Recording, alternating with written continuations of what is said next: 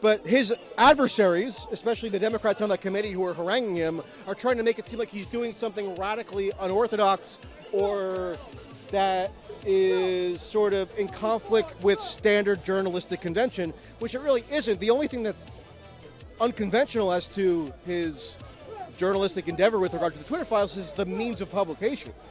You realize how much of a conflict of interest is going on here. This is in the middle where someone is being publicly ridiculed for his handling of a social media company and how it's tanking a bunch of his other companies and how inept he's been, while at that same time he's like, I'm going to reveal a whole bunch of secrets about this company that is going to push a very distinct narrative that's only going to really benefit the far right and the fascist movement in the United States, because those are the people who you hang out with, those are the ones who you still have the approval of, those are the ones who still think Elon Musk is the epic.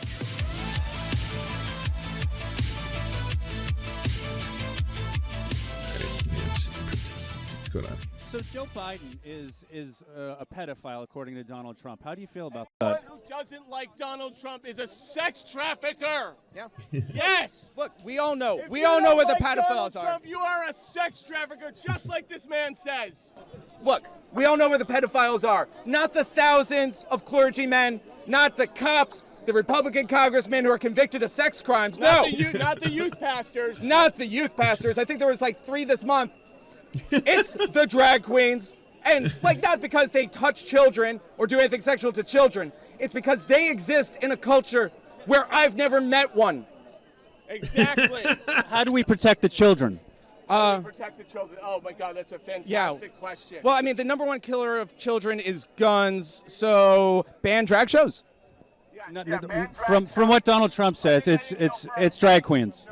Well, I mean, I think that's more of a Ron DeSantis thing. Donald Trump, I feel like, I mean, is he big on the drag queens? I feel like he doesn't care. Yeah. He's from New York. He's been to a drag show. So, I mean, we need to make sure that we need to protect the children. We need to make sure that we hire. Could we arm them? Could we just arm the children? We need to just Arm the hire children. cops. Arm the children. Hire cops. We Okay. need to hire cops. I feel like he's flirting with the idea of seeing what this is all about. He has a little general interest. Like, this is kind of like, you know, you're weighing in. You're like, ooh, what's going on over here? Oh, that looks neat. All right. This person seems checked out. Your heart's not in this, I'll be honest. Yeah, I can't even see it. Hold on. Let me expand your minds. Bam. Yeah, this dude in the corner over here. He is, his heart's not in it. I don't feel the revolution is going to be coming at the hands of a sweatshirt, crossed arms guy. Could be wrong. I've been wrong before. I'm willing to accept my mistakes. As teachers, the students should also be cops, just like in Hey, what up, 21 Jump Freems? Street. Everyone, check out Freems' channel. But can we just arm the children directly? Well, I mean, this is why we, from a young age, teach children firearm skills, safety, how to, like, make... Trump's poll numbers have increased since he was arrested? Hell yeah. And I'm for it. I want Trump to fucking crush Ron DeSantis. Ron DeSantis is a person who gets off on human torture. He can't achieve erections unless he's torturing people. So, I mean, allegedly. But that notwithstanding, I would like Trump to destroy Ron DeSantis. Let's go Team Trump. Because we live in a culture where the NRA is king. Are you running? Because I'd actually vote for you if you guys were. Thank you. Thank you so much, Patriot. Yeah, we believe in reforming from outside. This man is not a sex trafficker. I take everything back from what I said before. Yeah. Thank you. All right. So you are a Take care. communist, apparently. Ba-ba-ba. Oh, if you don't know, by the way, Rod Weber, he's been on the show, really good friends with Furman Supreme. The two of them are usually either filming each other or doing little skits and stuff. Apparently, he just bumped into Michael Tracey. Hi, Mike. And so I was just yeah. So You were going to say who isn't a Fed. well, I mean that might be possible too. Can you tell me your perspective as one of the trillions of journalists here? Yeah, I mean, I even got an NYPD officer to concede, and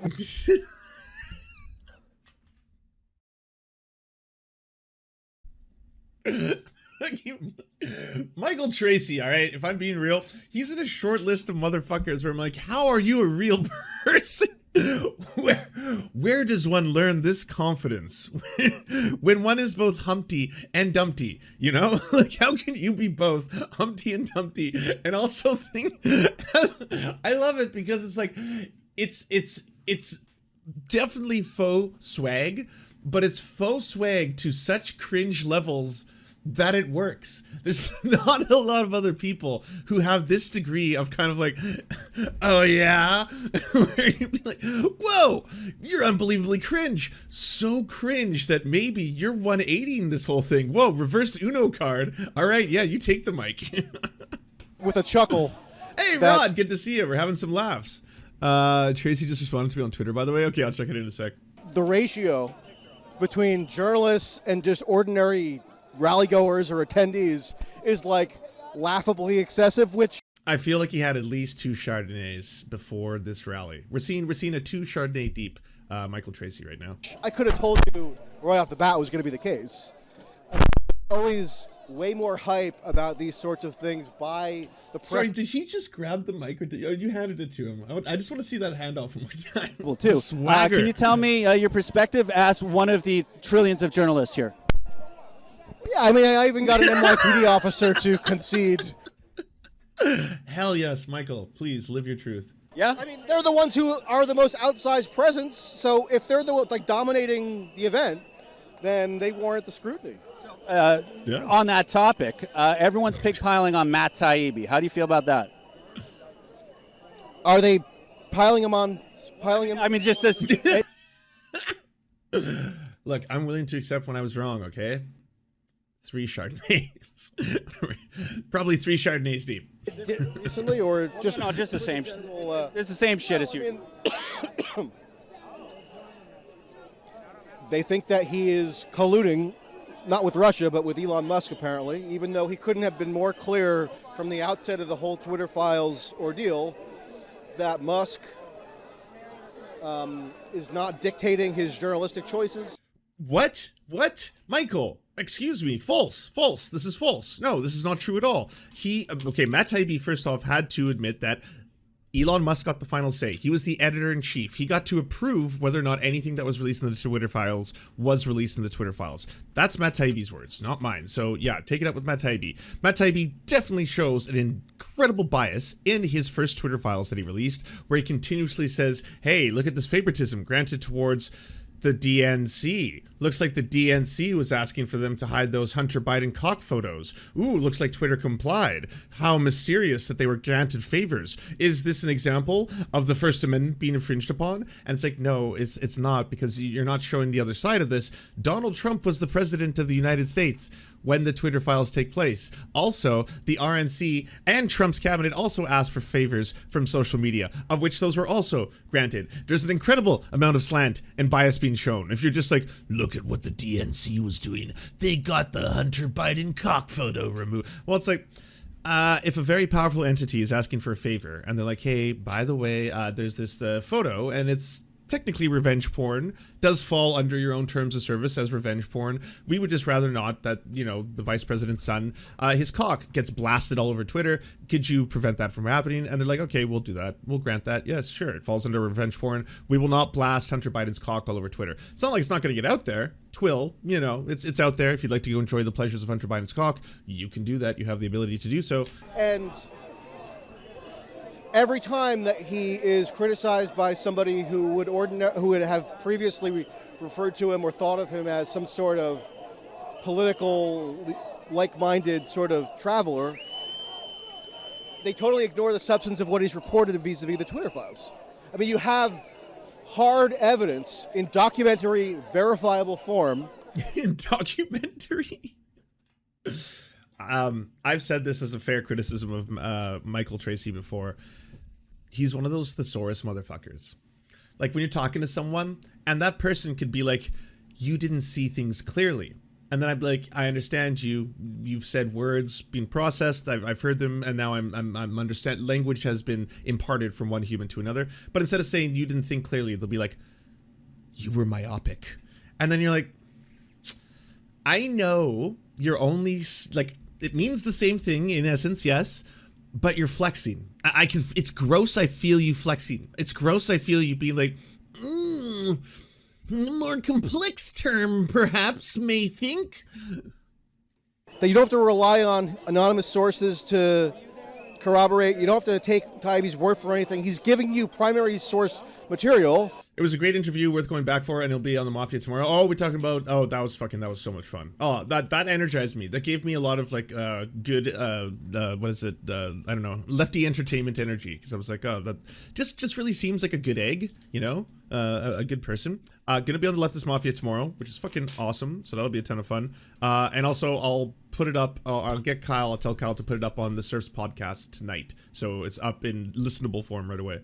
That establishes beyond any dispute the intricate level of interoperation, And so, security state services and social media. And if you don't find that to Jesus. All right, so while he's bloviating about this, yeah, so the Twitter files, the ones that Matt Taibbi released, what they show, and this is, sure, it's a matter of public interest for sure, now that we know this. Yes, very powerful entities under capitalism usually talk to other powerful entities under capitalism, corporations if you will, and they ask for favors and they get a seat at the table that regular folk, you know, us, even the petit bourgeoisie doesn't usually have an opportunity. Those same corporations, as they get to a certain size, have a seat at the fucking presidential table. Yes, major fucking S&P 500 companies will meet with delegates and or the vice president or president themselves to discuss matters of, well, these companies are integral to the American economy, too big to fail. We should make sure that we have partnerships and deals going on behind the scenes of which regular people are not privy. Cool. We've been telling you that for a long time. By we, I mean the left. The left has been pretty loud and vocal about that, but cool. Here's an example of it. By the by, this isn't a fucking Democratic conspiracy. This isn't just like, and that was the Democrats when they weren't in power. Donald Trump was the president of the United States. Arguably, the fact that the RNC and Trump's own fucking inner circle had asked for favors from big tech companies, that's also kind of newsworthy. That's the president at the time, you know, when the Twitter files are taking place. to be a worthwhile topic of inquiry, then that says more about you than it does about Taibbi. And yeah, so when you sat in front of Congress, kind of the position that he put out there was, well, you know, kind of everyone's biased. Any source that I've ever gone to, of course, they're going to have their point of view or their angle. So who cares?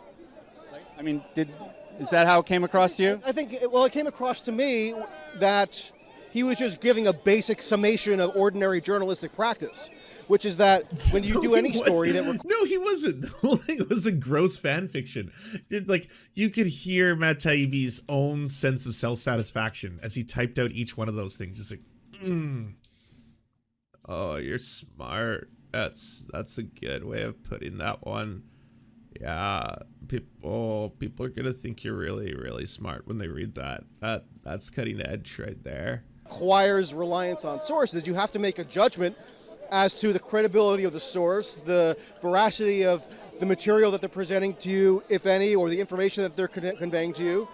And so, in that sense, there's really nothing conceptually different with what he's done with regard to the material. I'm sorry, is Michael Tracey waxing poetic? What's going on here? He's like, there's nothing different about the way they treat you when it's the ones who do and will deceive you. You know, material that he's been given or that he's obtained from Twitter, but his adversaries, especially the Democrats on that committee who are haranguing him, are trying to make it seem like he's doing something radically unorthodox or that is sort of in conflict with standard journalistic convention, which it really isn't. The only thing that's unconventional as to his journalistic endeavor with regard to the Twitter files is the means of publication.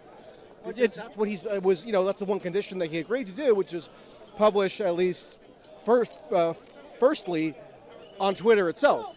Well, I get it's not really anything different, and you don't see any kind of massive outpour of outrage or...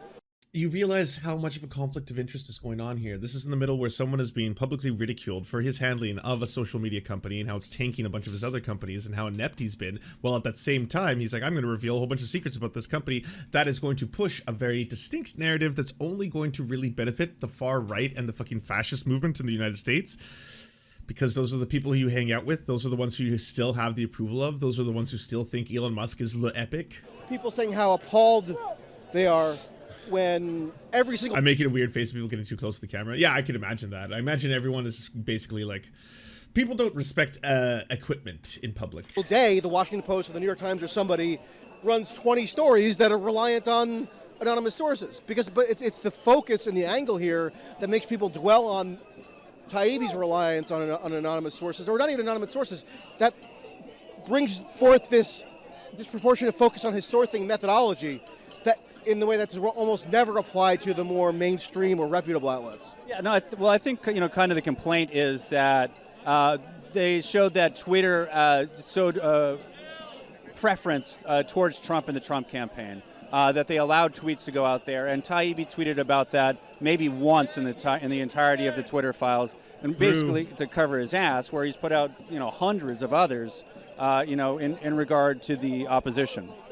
Well, I mean, I don't have any reason to doubt that if Taibbi did have a breadth of material that showed how there was untoward collusion or collaboration or interaction between Trump campaign officials and Twitter, that he would report on it. I mean, this idea that he's some... No, I see. Okay, so let me tell you. He's some partisan. So, no, this is the thing. 2020 Dumpster Fire, the movie that I told you that I directed, which came out in 2020, resulted in... Good plug, Rod, right there.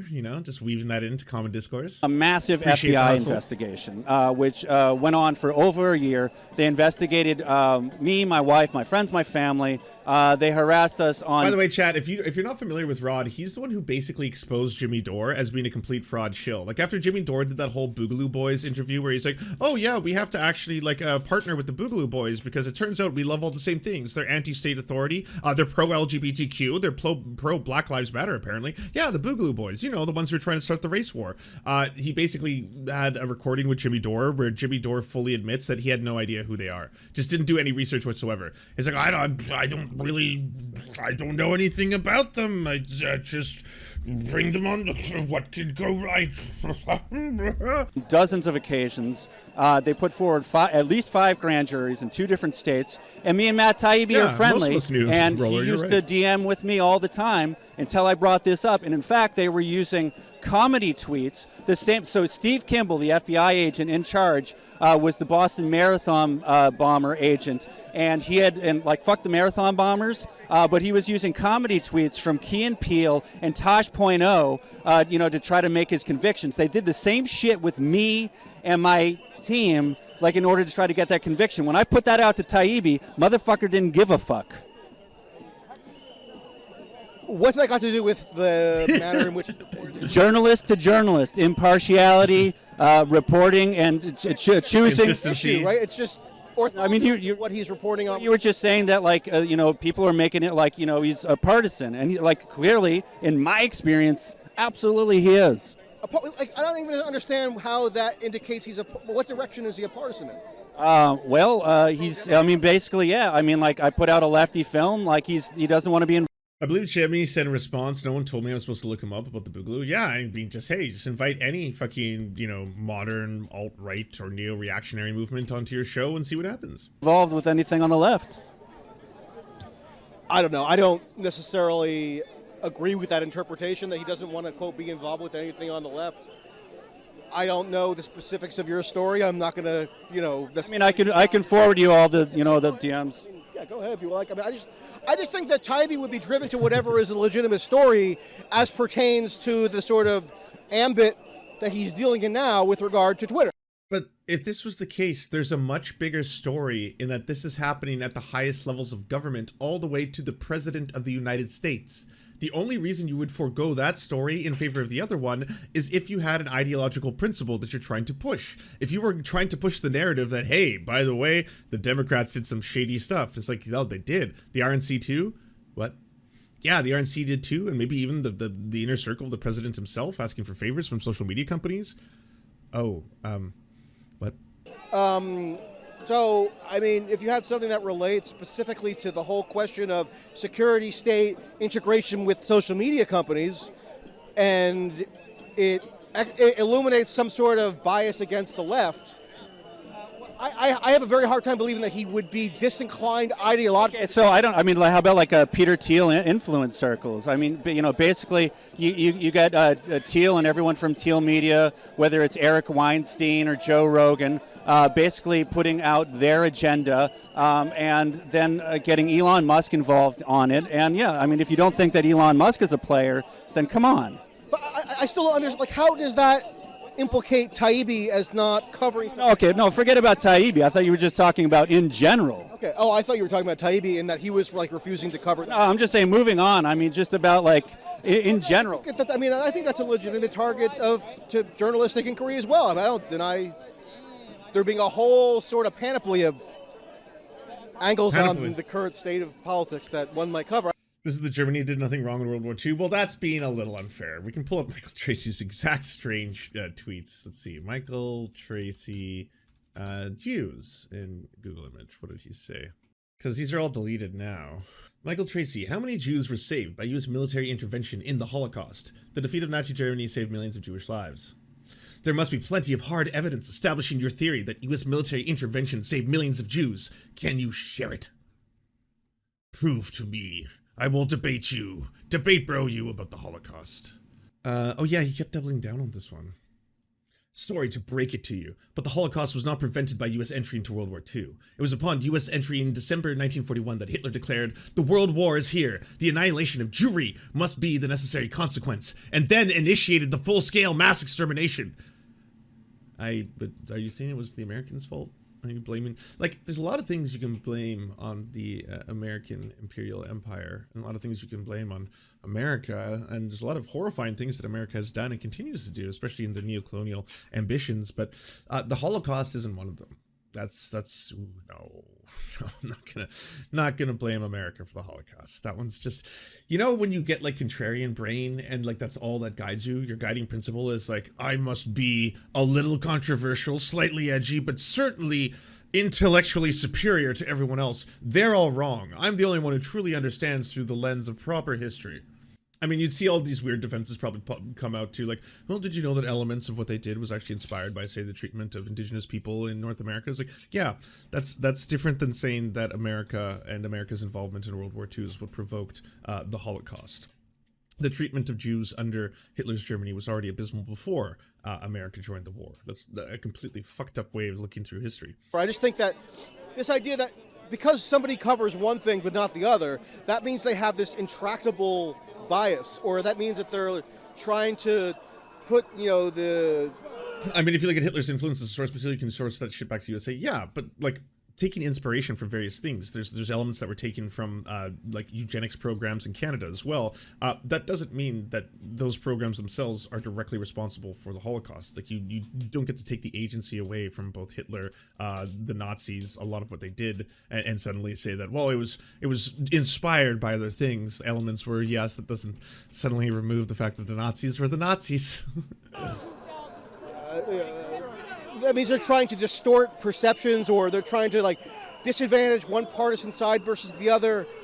I think you got to establish that with some greater evidence beyond just a disparity in like what coverage somebody chooses to prioritize. I get that line of criticism all the time. Yeah, I mean, they go after, I mean, it's become a binary, and people have gone after you because you kind of split the difference a little bit, that you don't, you know, stick to the left, which is where you came up. And so, you know, people call you a right-winger, and I don't think you're a right-winger. No, he's a contrarian for hire. That's what Michael, he's an opportunist, a contrarian for hire, and a weirdo. We should also add weirdo. It's super strange. He's going to fucking... We can't forget, Michael Tracey is the one who showed up at that college with the suitcase microphone. I haven't seen those devices outside of maybe, like, I don't know, Dick Tracy, old things. What are you doing with a suitcase microphone, like, speaker set, first off? That's, like, there's so many questions. But showing up there and being like, wokeism, free yourselves, free your mind, you kids don't know what's good for you. It's very weird. You know, it's just a weird way to spend your afternoon. But they've hammered you in the same way they've hammered Taibbi. Yeah, during lockdown. Yeah, I mean, they can call me that if they like. The notion of being right-wing now has become so diluted that it's almost meaningless. I mean, anybody now who deviates at all from the standard line of the left liberal sort of media consensus is therefore assumed to be right-wing, even if they don't express anything that even comes close to resembling like an actual ideological right-wing belief. So I've become a nerd to that allegation at this point. It doesn't matter to me anymore.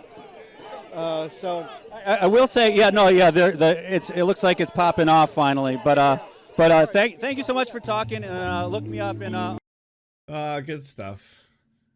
That was good. Rod, I think you did well. Here's the link if you want to go support Rod's work.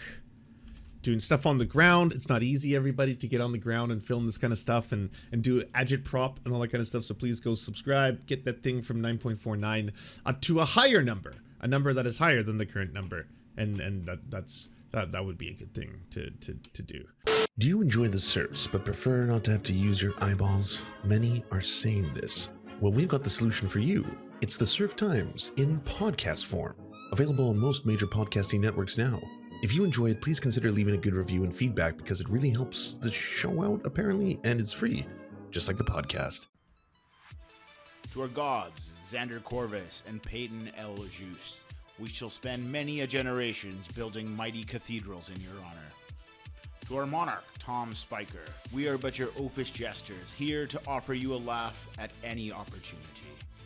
To our brave knights of the Round Table, Rachel K., Izzy Solidarity, Victoria Bell, Sebastian Demel, Mark Harmon, Benji Arney, Scary Earth Human, Tony, DM Rivera, Resident Scarecrow, Sir Nickus, Cheryl Alvarez, Ruby Kelly, Brandon, Words Greenwood, Everything Important, Hegbert Celine, Matthew Scarborough, Stellar Vision, Ariane McCarthy, Doug Cady, Daniel Sutton, Jenna Tao, Dark Puppy, Quiet One 85, Anna Loves Riley, Omni, Riley and Anna, Poodlehawk, Multimondi, Trevbot EXE, Brian Ephraim, Anthropophojak, Catherine, Ramon Acosta, Incosin, Ralph Parler, Violent Orchard, Political Puppy, La Media Panza, Todd Buckingham, and Todd La Jeunesse. We salute our valiant heroes off to fight injustice everywhere.